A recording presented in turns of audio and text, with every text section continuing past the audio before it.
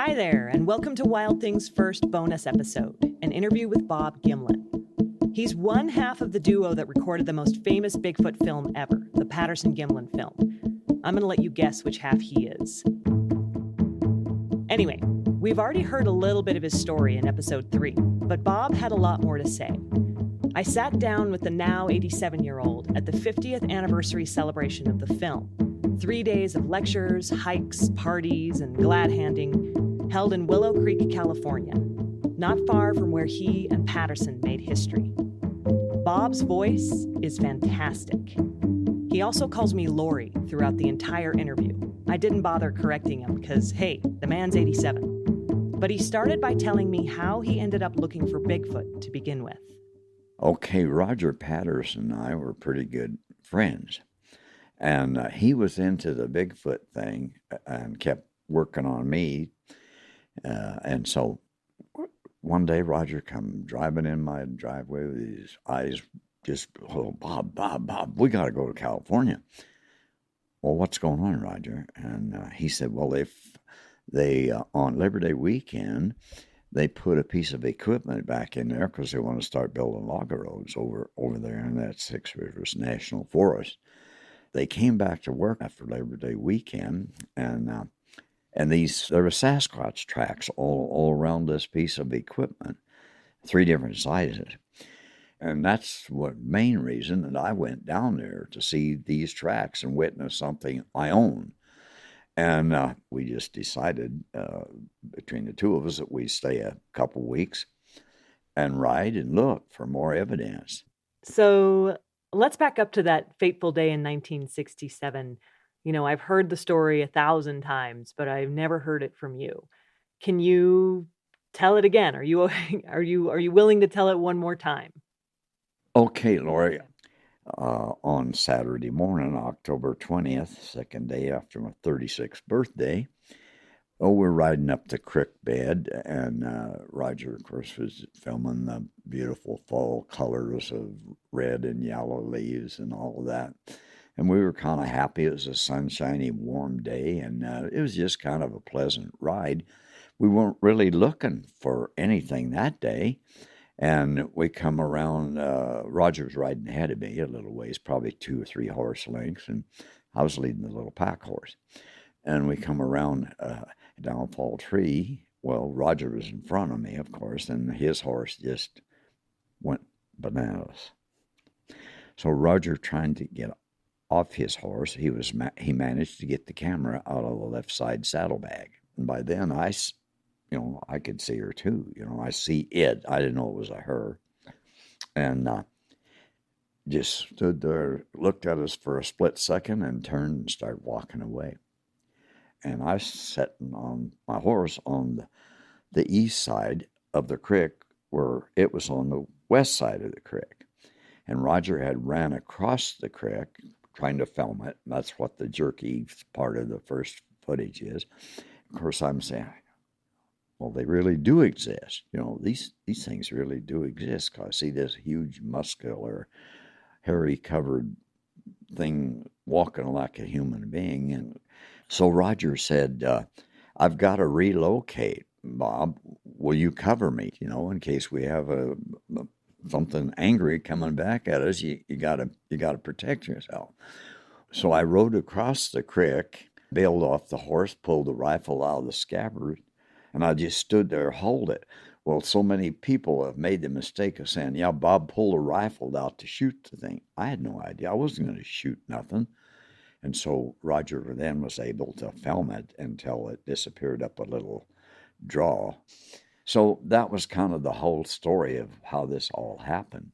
Did you know it was a Bigfoot immediately, or did you think, oh, it's a bear or something else? Like, what went through your head?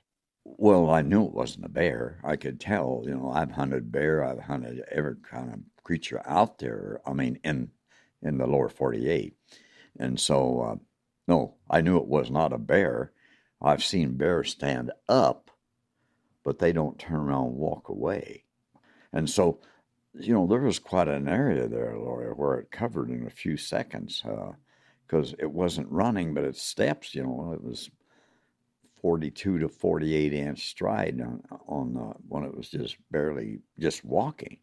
So it covered the ground quite rapidly, and it didn't seem to be frightened, or darn sure wasn't scared of us. You must have been kind of excited because this is what you were out looking for, and to see it like that. I was extremely excited.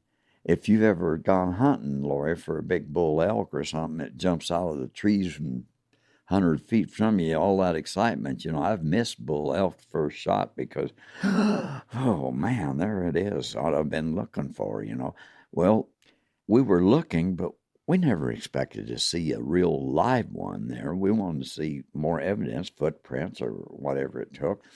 But it was just like, oh, boom, and there it is. I was very excited. Yeah, I was excited when I first saw it. Oh, man, this thing is huge. So then I wanted to follow it. Don't know why. I want to see it again. But Roger said, no, don't leave me here. Because, see, we were only about 4 miles from where the 3 different sizes of footprints had been witnessed. He was a little more nervous. Oh, he was real nervous. Told me later, he said, Bob, I was scared. But he said, I didn't know if the other 2 was right there on the side of the mountain or on the side of the hills up there, because the area was it was great habitat for anything. And so that's what Roger told me later. He said, Bob, I don't want to be left there alone. Brace the rudders! Raise the sails! Raise the sails! Captain, an unidentified ship is approaching. Over. Roger. Wait, is that an enterprise sales solution? Reach sales professionals, not professional sailors. With LinkedIn ads, you can target the right people by industry, job title, and more. We'll even give you a $100 credit on your next campaign. Get started today at linkedin.com/results. Terms and conditions apply. So you get the film, you pack it up, you hike back out to civilization, and then the film goes out to the world. People are talking about it, and then you kind of just drop off the radar. What happened? Well, there was a big reason for that. There was a lot of ridicule going on in my life about the film, and then Roger and his brother-in-law, a guy named Alisa, I went back to work. Of course, I had to have an income coming in. And so they traveled with the film, showing it, and I had a guy traveling with them, saying he was Bob Gimlin. And they would advertise that I would be in with them to show the film in different cities. And I think it was Little Rock, Arkansas, is where my friend, he was going to come and visit with me when he seen the advertisement that I would be there. Well, he paid his money to go in and all that. And this guy gets up and say, well, I'm Bob Gimlin. He jumps up and said, you're a damn liar. He said, I know Bob Gimlin. So they had the security throw him out. And so he called me and he says, Bob, you got to get down here. Because I was busy working. I was driving truck then. And he told me why. I said, I can't go down there because they just kind of alienated me out of the whole program. See, Roger and his brother-in-law, and they traveled and made lots of money off the film. Did you ever consider not going back to work and maybe going out on the road with them? I mean, Roger had to get a fake Bob Gimlin to go on the road. Did they never actually invite you? Were you not invited originally? No, because they didn't want me to know how much money they were taking in. See, I was a 1/3 partner. And so it was all documented that I was 1/3 partner. So I had to sue I went into litigation with them and had to sue for my 1/3 interest in the film. And they'd sold it to different channels. And they were making lots of money. And I was never a person to be, so aggressive that push the fact that, hey, they made a lot of money. But I won't go into that, guys. I'll just leave that alone, You said you got ridicule, too. Can you talk a little bit about, and people didn't believe? I mean, you had video. This was 1967. Video seems like pretty cold, hard evidence. Lori, it wasn't a bit like it is today. Nobody believed they existed. So it had to be a man in a maid suit. So I was really catching some static over that. And people would say, "Hey, Bob, what'd you do with that suit?" And so I went through a lot of that for the first 35 years. And I'd have people run up in my driveway in the middle of the night, honking their horn. They'd come in there in the middle of the night, shining their spotlight in the windows, and, "We want to go Bigfoot hunting with you." Get out of my driveway and get out of here. I got to get some sleep. I'm going to work in an hour or two, you know. And so it just got to be really bad. And then my wife worked at a savings and loan institution there in Yakima. And so they'd come in and give her a ration about her husband, the dumb cowboy that was down in California, and had some guy in a monkey suit, they'd call it. And so it got pretty tough, you know. I had to tighten up the belt a little bit and keep my hands in my pockets to keep from using them. Even up to this day, I went to trade cars here last year. And I had that sticker on the back of my car, the Bigfoot sticker.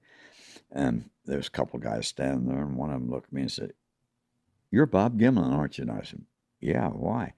He said, "Well, you're the guy that had the guy in a suit down in California, aren't you?" And I said, "Well, I'm the guy, but there was no suit on a guy in California in 67. Oh, he said, oh, I know the guy that was in the suit." I said, "Well, bless you.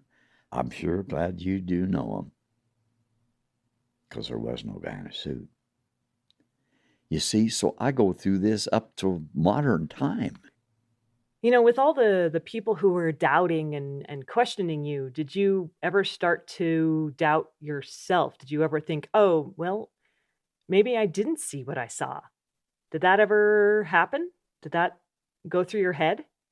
No, never, Lori. I mean, I'm the kind of guy that says, when I see something, I know what's there.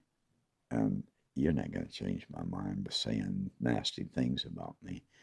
And so you have fun if you're having fun doing it. I'll go on with my life. You know, I'm happy with what I'm doing. And if you guys think you're really getting to me, you're not even scratching the surface. I guess what I'm trying to get at is, like, did you ever have a point in your life after this, or a point in your life where you thought, "God, I wish I'd just never gone with him," or that we hadn't seen this, or that I'd never told anybody about it? Did you ever sort of have those kinds of feelings? Well, Lori, that happened a lot. Yes. There was time, like John Green said, "Bob, would you do that again?" I said, no, but hell no, I wouldn't do it again. I said, what all I've gone through, I've never made any money on it. And I said, why would I do something that's slapped me in the face so many times? And he said, "Well, I understand, Bob." And I said, "Well, I don't know if you do or not." Because I said, it was pretty tough for 35 years. So in 2003, the Russians have this conference and they come to you and they want you to be part of it. And now all of a sudden you're part of a community. What's that been like? Well, Lori, it's been great because, you know, from the time that people look at me and say, "Whoa, man, that cowboy's been bucked off too many times," you know. Now it's a different story. "Bob, we want to meet you. We still would like to just hear a little bit about," well, same thing I'm talking to you kids about, you see. And so I do the best I can. I'm not a speaker of any kind, you know. I just say what happened. And it's just like when I get up and talk now, if I do get up and talk, I say, you know, you people are my reward for what I went through the first 35 years.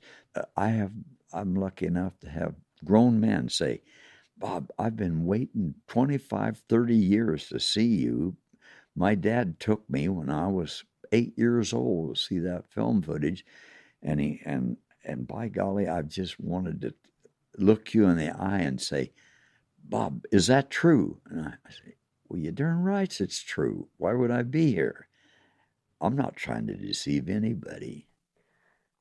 So this is a question that I promised my producer, Kelsey, that I would ask. You know, can you look me in the eye and tell me that this really happened? Yes, I can, hon. It's very true. There is Sasquatch out there. And they say, how many? I don't know how many. I didn't have a calculator with me, But anyway, I said, I know there's one.